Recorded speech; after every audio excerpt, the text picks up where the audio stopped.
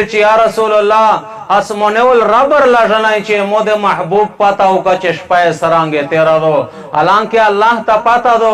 الله رب العالمین با خبر ادا او بیا د محمد مصطفی صلی الله علیه وسلم د پښتنه د پر جبرئیل لری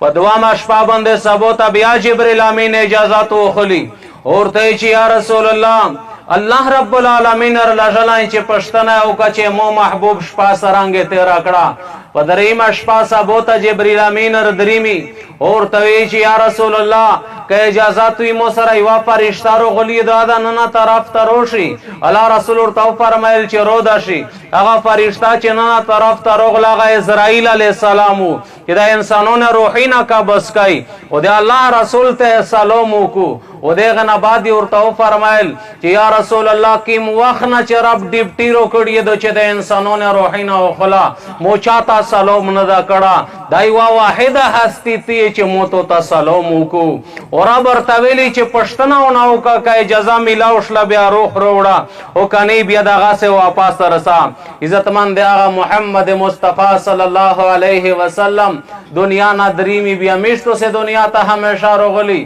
عزتمند سے کا دنیا تا ہمیشہ ندی روغلی